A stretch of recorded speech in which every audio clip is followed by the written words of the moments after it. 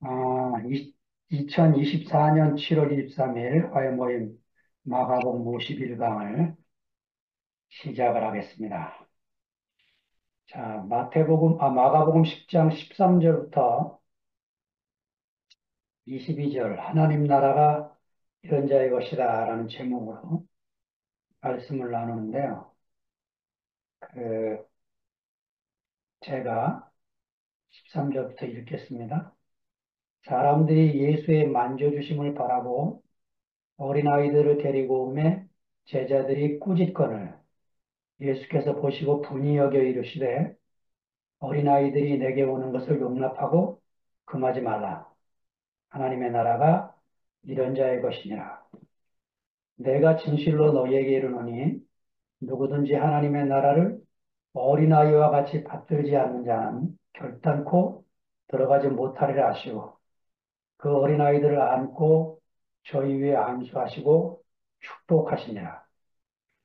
예수께서 길에 나가실새 한 사람이 달려와서 꿇어 앉아 묻자오되 선한 선생님이여 내가 무엇을 하여야 영생을 얻으리이까? 예수께서 이르시되 내가 어찌하여 나를 선하다 일컫느냐? 하나님 한 분 외에는 선한 이가 없느니라. 내가 계명을 안 하니 살인하지 말라, 간음하지 말라, 읍질하지 말라, 거짓 증거하지 말라, 속여 취하지 말라, 내 부모를 공경하라 하였느니라. 여짜오되 선생님이여 이것은 내가 어려서부터 다 지켰나이다. 예수께서 그를 보시고 사랑하사 가라사대 내게 오히려 한 가지 부족한 것이 있으니 가서 내 있는 것을 다 팔아 가난한 자들을 주라. 그리하면 하늘에서 보화가 내게 있으리라. 그리고 와서 나를 좇으라 하시니 그 사람은 재물이 많은 고로 이 말씀을 인하여 슬픈 기색을 띠고 근심하며 가니라. 예, 오늘 이 본문이 그 어린아이를 안수하신 거는 너무 짧고 또 이 한 사람 부자를 만난 이야기는 길고 이걸 어떻게 40분 안에 할 수 있는가를 고민하다가 이렇게 연결을 해서 22절까지만 나누는 걸로 하고 제목을 이렇게 정해봤습니다. 오늘은 이제 여러분들이 혹시 못 들은 이야기를 한 가지 듣게 될 것 같습니다. 잘 들으시고 성서를 해석하는데 새로운 관점을 얻게 되시길 바랍니다. 13절에 있습니다. 사람들이 예수의 만져주심을 바라고 어린아이들을 데리고 오매 제자들이 꾸짖거늘 사람들이 예수님이 만져주시기를 바라는 것은 고대 사람들의 그, 그런 분위기죠. 성자가 만지거나 혹은 성자의 옷만 만져도 좋은 일이 생길 것이라는 그런 기대감 때문에 하여튼 유명한 성자가 나타나면 예수님께 사람들이 몰려들듯이 이렇게 몰려들었습니다. 우리가 봤죠? 마가복음 28절에 혈리병 여인이 예수님 뒤에서 옷자락을 만졌는데 만진 것만으로도 병이 났다 하는 것을 봤습니다. 부모들이 다 어린아이들을 데리고 와서 예수님이 만져주시기를 바란 거죠. 제자들이 이제 꾸짖습니다. 그러지 말라고. 애들을 막 쫓아내는 분위기였겠죠. 꾸짖다. 에피티마오죠. 마가복음에 자주 등장하는 단어입니다. 1장 25절에 보면 귀신을 꾸짖어서 내쫓으시고 4장 39절에 풍랑을 꾸짖어서 잠잠케 하시고 8장에는 베드로가 예수님을 꾸짖고 또 예수님이 베드로를 꾸짖고 이런 광경이 마가복음에 기록되어 있습니다.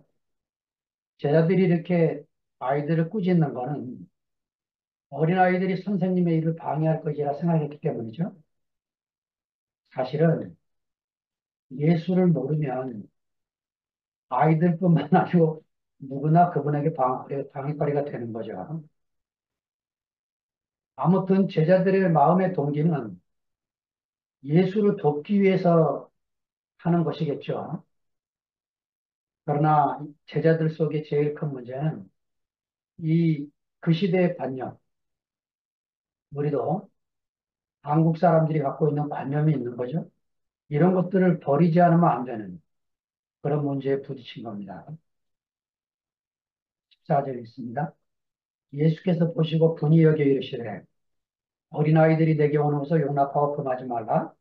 하나님 나라는 이런 자의 것이다. 이, 이게 마가복음 읽으면서 매번 이제 부딪혔던 건데 이게 이 정도 문제로 분노할 일인가? 응? 이게 분개하고 그런 모습으로 제자들에 대한 이 강력한 태도로 취해야 될 그런 문제인가 하는 생각이 드는 게 이 마가복음 읽으면서 늘 느끼는 겁니다. 아마 예수님의 이런 태도는 제자들을 놀라게 했겠죠? 아니, 주님이 이런 문제로 화를 낸다고? 예, 그, 자, 마가가 왜 이렇게 기록했을까요?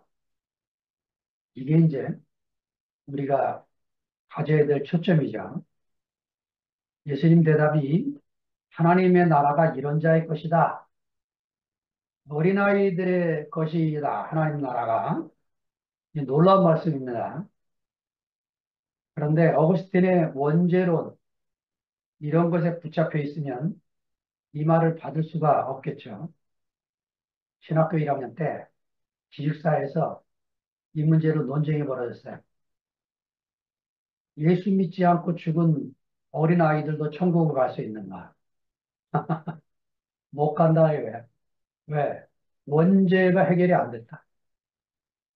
예, 회개하지 않으면 누구든지 천국을 못 간다. 예, 이런 이야기로 주로 토론을 하다 답을 못 내고 헤어진 기억이 나요.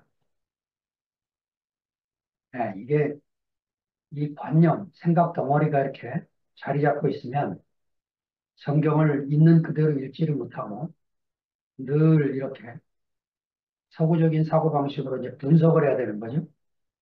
하나님 나라가 이런 자의 것이니라. 예수님이 어린아이가 하나님 나라를 소유하는 그런 아이들이라고 표현하는데 우리는 뭔가 이제 들은 게 있어서 특별히 이제 신학을 좀 하고 나면 이런 어려운 문제에 봉착을 합니다. 제가 아무리 봐도 어린아이만큼 가난한 사람이 없고 어린아이만큼 천국을 누리는 세계도 없습니다. 어른들은 어린이를 배워야지. 예. 어른들이 아이들에게 배우게 하고 싶어 하는 것들은 다 대부분 뭐 예절, 뭐 이런 수준 아니겠어요? 천국이 아니고. 예. 자, 넘어가 보겠습니다. 15절. 내가 진실로 너희에게 이르노니 누구든지 하나님의 나라를 어린아이와 같이 받들지 않는 자는 결단코 들어가지 못하리라 하시고. 예. 그,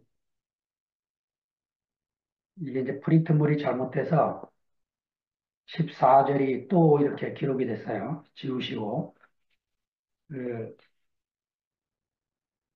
제가 지금부터 이제 그 사회학적 성서 해석이라고 하는 새로운 관점을 여러분에게 나누려고 하는데, 이 사회학적 성서 해석은 뭐 본문 비평이나 역사 비평이나 이런 거하고 달리요, 성서 속에 나타난 계층 간의 갈등 분석을 통해서 그 시대적 정황을 이해하려고 하는 시도입니다. 그러니까 마가복음 안에 뭐가 이제 이렇게 어렴풋이 감춰져 있냐면 베드로로 대표되는 제자 공동체와 이방인으로 구성된 마가 공동체의 갈등이 반영되어 있다는 시각이라는 이런 사회학적 성서 해석은 미국의 하워드 키라는 교수가 먼저 시작을 해서 예, 유학을 갔다 온 이 국내 학자들이 한국에 보급을 했고 서중석 교수가 이런 관점에서 책을 내서 상을 받기도 하고, 그런, 다행히 제가 이런 그 가르침을 전하는 분을 만나서 이런 관점으로 제 이 궁금증을 해결할 수 있게 됐습니다. 16절로 넘어갑니다. 그 어린아이들을 안고 저희 위에 안수하시고 축복하시니라. 자, 그 예수님, 제자들이 어린아이들을 가까이 오는 것을 꾸짖었다. 예수님에게. 이것도 신기한 일이고, 예수님이 분이 여기셨다. 이것도 이상한 일이고, 그 다음에 지금 16절, 어린아이들을 안으셨다. 여기 마가복음밖에 안 나와요. 그 다음에 저희 위에 안수하시고 축복하셨다. 누가는 안수하셨다는까지 써요. 그런데 마태는 안수하시고 축복했다를 전혀 안 씁니다. 이렇게 이제 왜 그럴까? 이렇게 질문을 던지게 되는 거죠. 예. 마가복음에는 어린아이를 안았다는 말이 두 번이나 기록되어 있어요. 자, 이 마가복음에 두 번 나오는 표현 중에 9장 36절에 보면 누가 크냐 하는 논쟁을 하고 있는 광경이 벌어집니다. 제자들 가운데 누가 크냐 하는 이 논쟁은 사실은 제자들 가운데 벌어지는 논쟁이기도 하고 마가 이것을 기록하고 있는 것은 공동체와 공동체 사이의 문제이기도 하다는 거죠. 누가 크냐? 이런 논쟁이 이들 가운데 있다는 거죠. 자, 지난주 토요일 날 상근형제를 통해서 여러분들이 유대교와 기독교의 갈등을 들으셨어요. 이건 스폰 교수가 아주 우리에게 전해주는 놀라운 이야기입니다.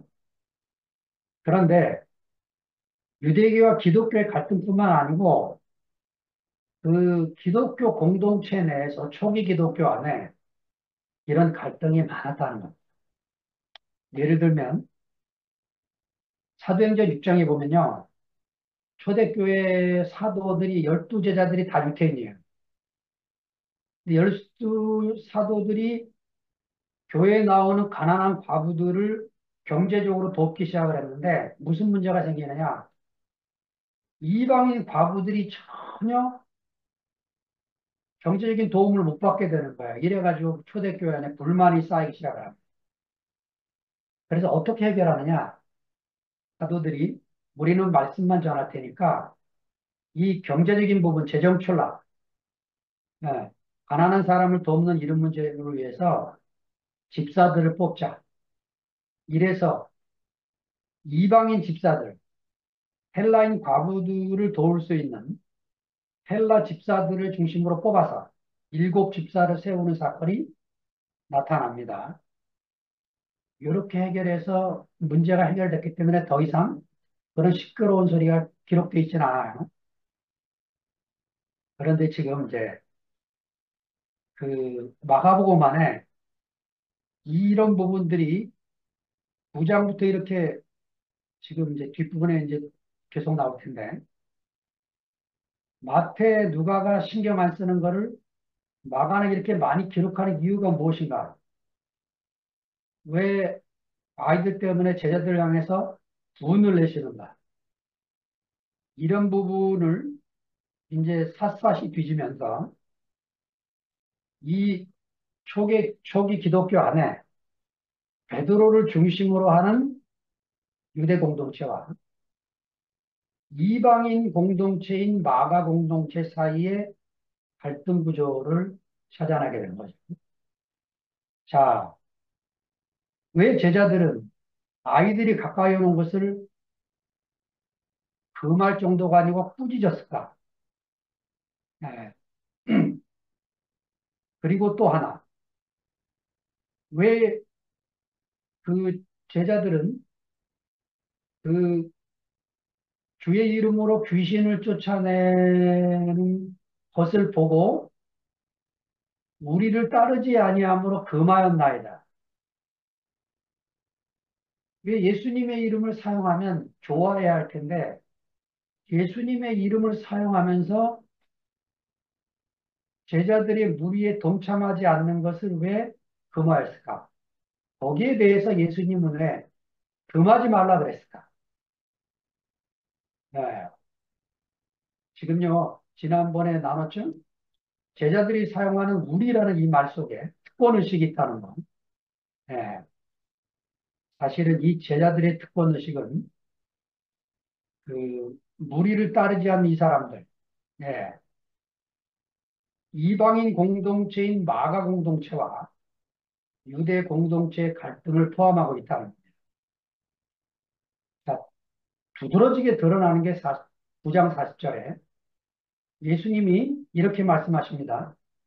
우리를 반대하지 않는 자는 우리를 위하는 자다. 근데 마태복음에는요, 정반대 얘기를 해요. 뭐라고 말씀하시냐면 예수님이 말씀하시기를 우리와 함께하지 않는 자는 나, 나를 반대하는 자고 나와 함께 모으지 않는 자는 나를 해치는 자다. 이렇게 말씀을 하십니다. 그러니까 예수님과 함께 있지 않고 예수님을 따르지 않으면서 예수님의 이름으로 사역을 하는 사람들은 예수님을 해치는 거고 예수님을 반대하는 거다. 이렇게 마태는 표현하고 있어요. 여러분 갈등 구조가 보이십니까? 마가는 그게 아니라는 거예요. 우리를 반대하지 않는 자는 우리를 위하는 자니라. 지금 예수님이 살아계실 때에 쓰는 거 아닌 줄 여러분도 아시죠, 이제? 예수님이 십자가에 죽고 부활하신 뒤에 40년 가까이 흘렀어요. 그러면서 제자들 공동체 속에서 이 이방인 크리스찬 공동체에게 우선권을 주장하고 있는 것입니다. 너희들보다 12사도가 포함되어 있는 예루살렘 교회가 너희보다 우선한다. 이런 개념이 자리 잡고 있었다는 것이죠. 그래서 수권의식을 갖고 있는 우리, 이거를 깨려고 마가는 나를 반대하지 않는 자는 나를 위하는 자다. 이렇게 쓴 게 아니고 우리를 반대하지 않는 자는 우리를 위하는 자다. 이렇게 쓰고 있는 것입니다. 9장 40절에. 제가 또 하나 중요한 부분을 말씀을 드리고 싶은데 이거는 뭐 제가 생각하는 겁니다. 그 마가복음을 지금까지 쭉 그 10장까지 읽으면서요. 제자들 입에서 주님이라는 말이 한마디도 안 나오는데 유일하게 주님이라고 말이 나왔던 사람은 수로보니게 이방인 여자입니다. 이방인 여자 입에서 주여 올소이다마는 이렇게 말해요. 제가 미리 말씀드렸죠. 베드로가 주는 그리스도시여 할 때 그 주는 퀴리오스가 아니고 당신은 그리스도입니다. 이 말이라고 그랬죠. 문장을 매끄럽게 하기 위해서 그렇게 번역한 것뿐입니다.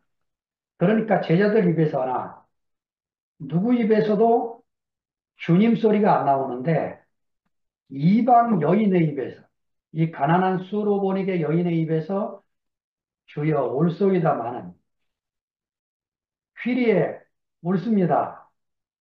그러나 아이들도 상아래 개들도 아이들이 먹다 버린 상아래 떨어진 음식을 먹습니다.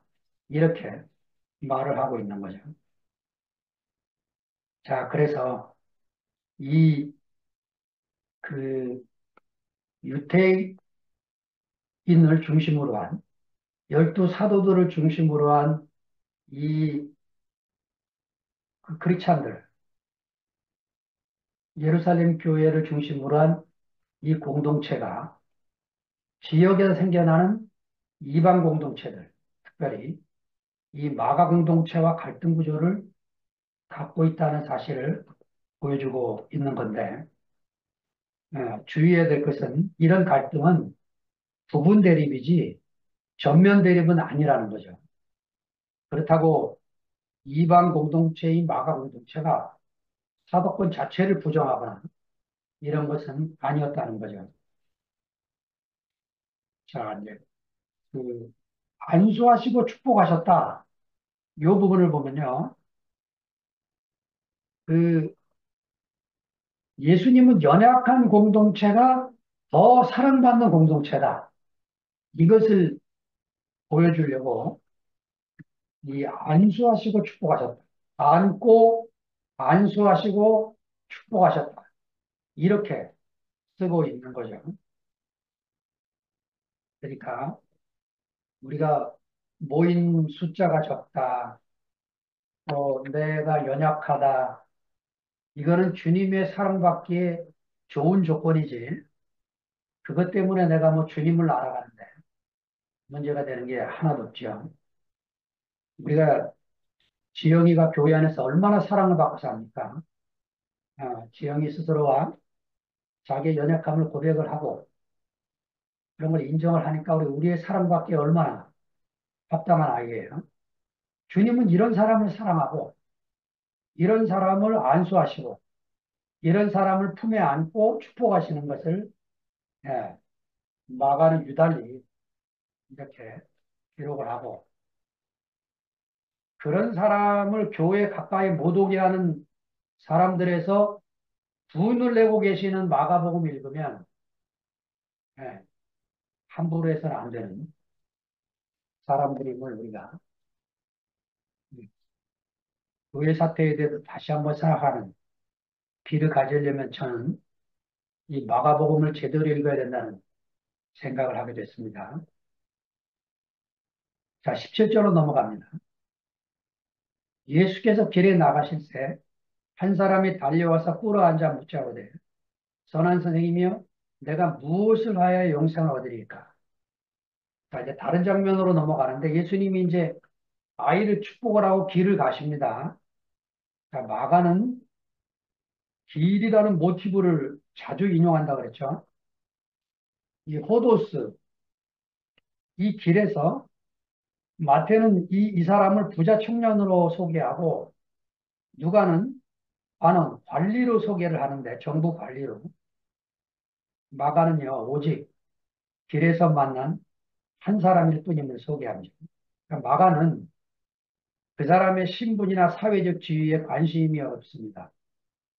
오로지 그가 한 사람으로 예수님께 왔다는 사실을 기록을 하고 있을 뿐이죠. 선한 선생님이에요. 예수님을 이렇게 부르는 것은 스스로를 선하다고 생각하는 자의식을 보여주는 거죠. 자기가 스스로 선하다고 생각하기 때문에 예수님을 선하다고 부르는 거죠. 야, 저는 형제들의 감정을 통해서 지난주에도 크게 도움받은 게 하나님은 선하시다. 시편 23편 말씀을 나누다가 마지막 6절에 그 선하심과 인자하심이 정녕 나를 따르니 내가 여호와의 집에 영원히 거하리로다 해서 그 선에 대한 개념이 안 잡혀서 말씀을 준비하다가 고생하다가 토요일 날 선미 자매가 간증을 하는데 정신이 번쩍 나는 거예요. 아, 저게 선이구나. 예, 하나님이 선하시다 할 때 여러분 이 선하다 한자가 착할 선자죠? 그래서 이 선의 반대가 위선이죠. 위선. 거짓 위자에 착할 선. 거짓되게 착한 거. 이게 위선이잖아요. 야, 선미자매가 자기가 곤란한 상황이 딱 한 군데가 있다고 그랬잖아요. 엘리베이터 탔을 때 주민들이 함께 타면 꼭 묻는다는 거죠. 안철이 그러면 이걸 어떻게 대답을 할까 당황이 된다는 거예요. 왜냐? 자기가 말을 잘해야 주민들과 계속 같이 살려면 남편을 이상한 남자로 사람들이 보게 하면 안 되니까 아주 고민스럽다는 거죠. 아, 그리고 제가 성서에서 말하는 선이라는 개념을 제대로 잡게 됐어요. 여러분, 선이 뭐냐면 앞과 뒤가 똑같은 겁니다. 착한 게 선이 아니고 앞과 뒤가 똑같은, 하나님이 그러신 분. 우리가 교회 안에 만나는 형제자매들이 다 앞과 뒤가 똑같은 사람들. 여기서 이 말하고 저기서 저 말하는 사람들 아니에요. 근데 세상에서는 그렇게 살면 안 되죠. 세상에서. 앞과 뒤가 똑같으면 무시당합니다. 네. 자, 선한 선생님이야. 이, 그, 한 사람은, 예수님께 온 이 사람은 얼마나 고민이 돼서 찾아왔을 거예요. 내가 무엇을 하여야 영생을 얻으리까? 네, 질문 자체가 이제 빛난 거죠. 질문을 잘못하면 답이 엉뚱한 게 나옵니다. 무엇을 하여야가 아니고 어떤 사람이 되느냐의 문제죠. 그러니까 영생은 무엇을 해서 얻는 게 아니죠. 죽을 때까지 해도 얻을 수가 없는 게 영생입니다. 어떤 사람이 돼서 누리는 거니까 내가 어떤 사람이 되느냐의 문제죠. 예, 이 어떤 사람이 되느냐에 부딪혀야 부딪힐 돌에 부딪히게 되는 겁니다. 무엇을 해서 얻는 거는 계속 하고 사는 거예요. 계속. 네, 죽을 때까지. 네, 무엇을 해야 되는 세계는 끝날 수가 없는 세계입니다. 자, 예수님이 이렇게 답변을 하세요. 이상한 답변이에요, 이것도요. 예수께서 이르시되 내가 어찌하여 나를 선하다가 일컫냐? 하나님 한 분에는 선한 이가 없느니라. 자, 히라보 문장도 이 문장을 강조하기 위해서요. 어찌하여 내가 나를 선하다 일컫냐? 이렇게 문장을 시작을 합니다. 자, 마태가요, 걱정이 됐어요. 이거 잘못 읽다 보면 예수님도 선하지 않다.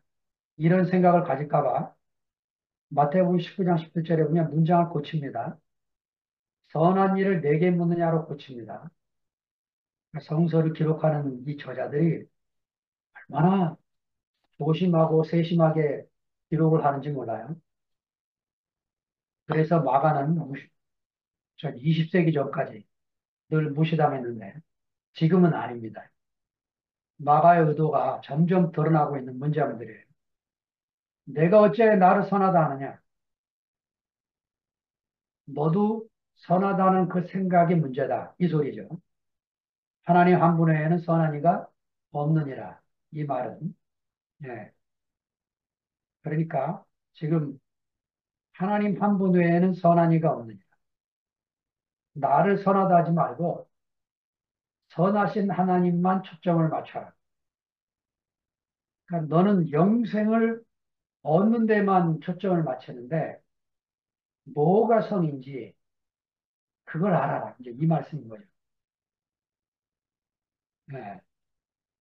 그러니까 예수님은요, 늘 당신에게 오는 초점을 하나님께로 돌려요. 하나님께.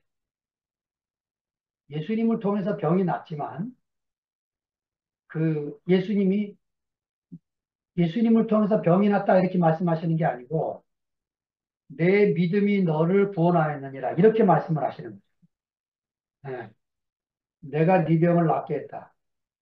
전혀 그런 생각이 없으세요. 자, 우리가 깊이 이 부분을 묵상할 필요가 있습니다. 교회 안에 우리가 이제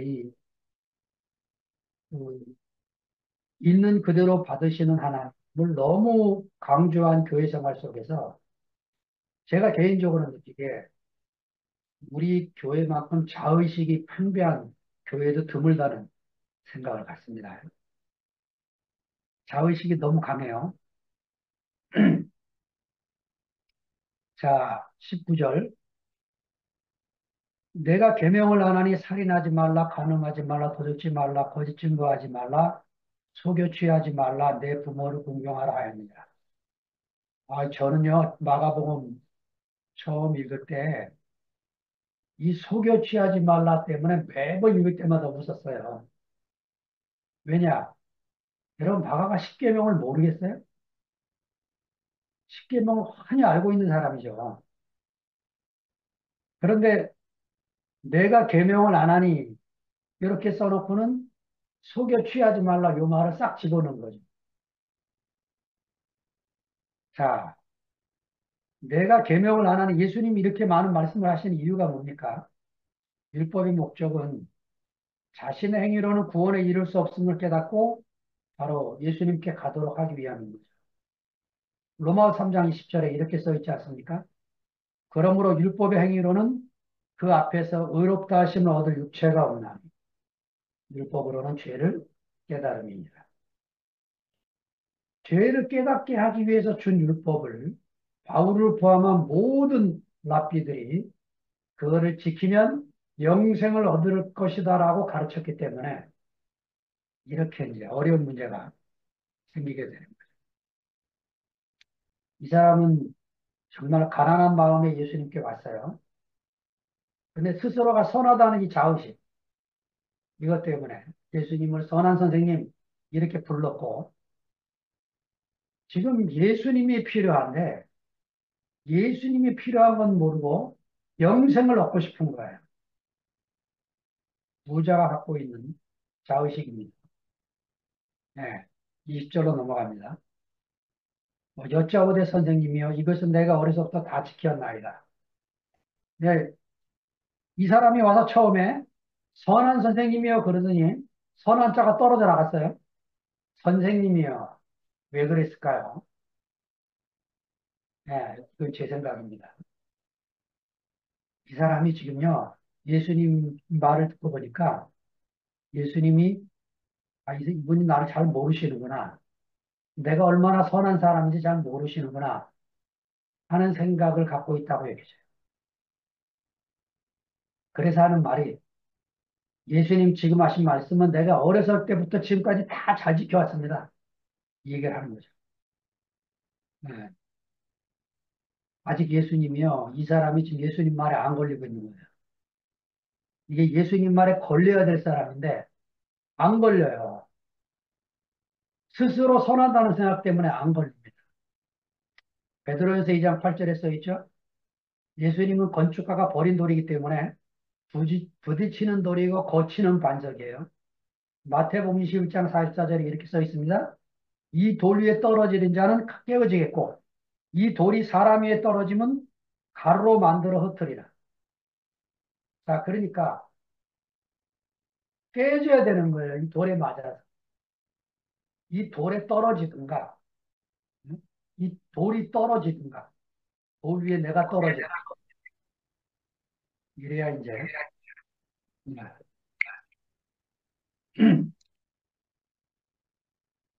예수님 말씀에 걸려야 됩니다. 그래야 내 자신이 어떠한 사람인 걸 알게 되고, 네, 생명의 진보가 나타나는 거죠. 21절로 넘어갑니다.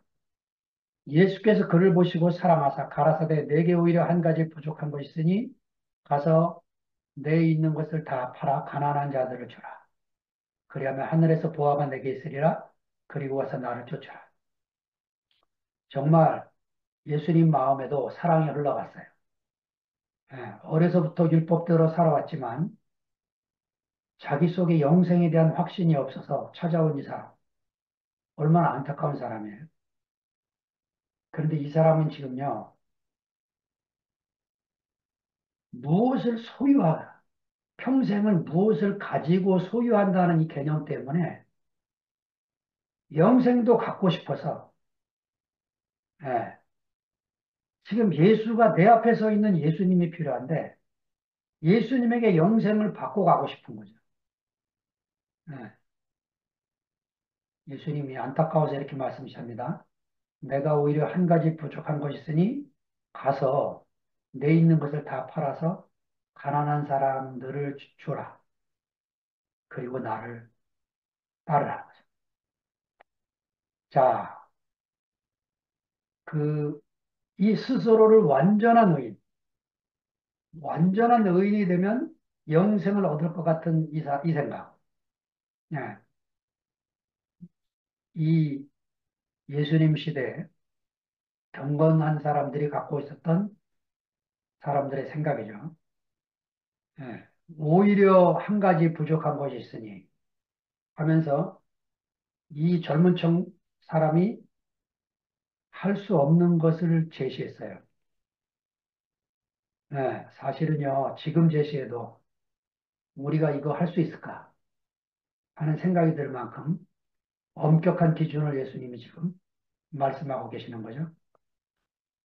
제가 알기는 이 쿰란 공동체가 예수님 시대에 있었는데 예수님보다 한 150년, 200년 전에 이 사람들이 사막으로 가서 자기들끼리 율법을 지키고 율법대로 살려고 들어간 사람들이죠. 이 사람들이 기본 원칙이 공동 소유로 사는 것입니다. 예, 책을 좀 보니까 사유재산을 아예 인정하는 건 아니래요.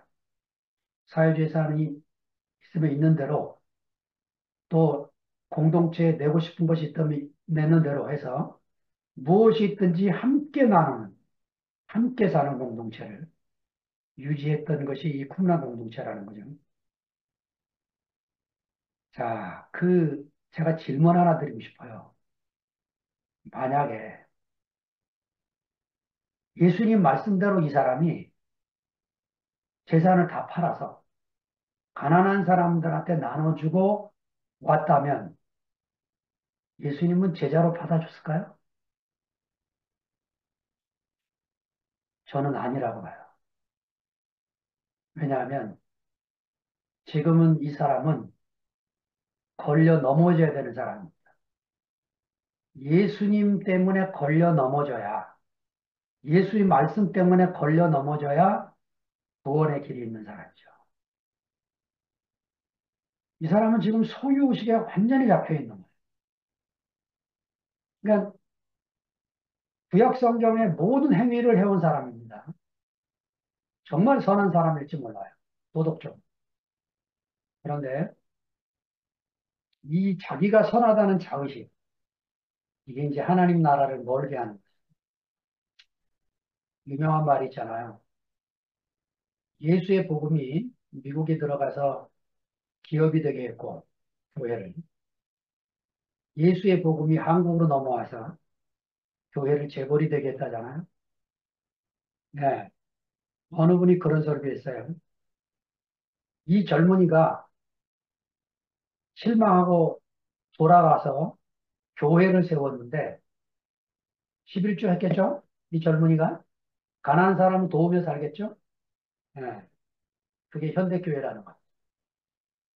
현대교회.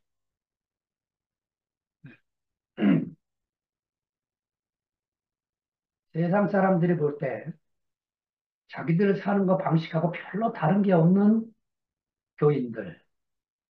이래서 우리가 이제 복음 전도의 길이 점점 막히고 자칫 잘못하면 아이들과 젊은 사람들은 점점 없어지고 이제 노인들만 가득 찬 이런 교회로 가기 쉬운 이런 어려운 시대를 우리가 살고 있다는 생각이 듭니다. 이 젊은 사람이 슬픈 기색을 띠고 근심하며 갔다. 이 스틱나조는 고개를 떨구고 혹은 질겁하고 갔다는 그런 의미라는 거죠. 네. 사실은 예수님의 이런 엄격한 말씀 때문에 초대교회가 종말론적인 긴장감을 가지고 자기 시대에 예수님이 오실 것이라는 긴박감 속에 살게 된 거죠. 자, 그리고 2000년이 흘렀습니다. 우리는 긴박감이 너무 없는 게 문제죠, 사실. 예. 그, 우리가 이 본문 안에서 정말 중요하게 우리 마음에 새겨야 될 말씀은 하나님의 나라는 어른에게 속한 나라가 아니고 어린아이에게 속한 나라. 어린아이는 무조건 하나님의 나라를 누리고 살고 하나님의 나라에 들어가는 사람. 왜냐? 예수님 이외에 바라는 것이 없는 것 순수함. 아이들은요, 보세요. 애들은 장난감 가지고 놀다가도 엄마가 야 가자 가야 된다 그러면 엄마 좀 더 놀고요. 붙들라 가도 아니야 간다 하고 엄마 가면 그 좋아하는 장난감 놓고 간 거예요. 엄마가. 왜? 엄마보다 중요한 게 없어 자기 인생에. 엄마보다 큰 게 없어. 이 순수함을 우리 교회 생활 안에서 잃지 않는 거예요. 아무 의심 없이 하나님의 말씀을 신뢰하고 하나님 말씀에 순종하고 하나님을 따르는 이 세상에 없는 축복. 예, 이것을 누리고 사는 교회 생활. 요새 아주 우리 투표만 뭐 얼마나 즐거운지 여름 집회가 너무너무 기대돼. 여러분들의 매일의 간증이 야, 우리가 언제 고민하고 살았나? 언제 뭐 우리 앞일에 대해서 걱정하고 살았나? 할 정도로 넘치는 그 간증들이 막 흘러나오니까 뭐 이렇게 살아도 되겠다 하는 마음이 너무 넘치는 감사한 마음이 들었습니다. 주님을 찬양합니다. 아멘.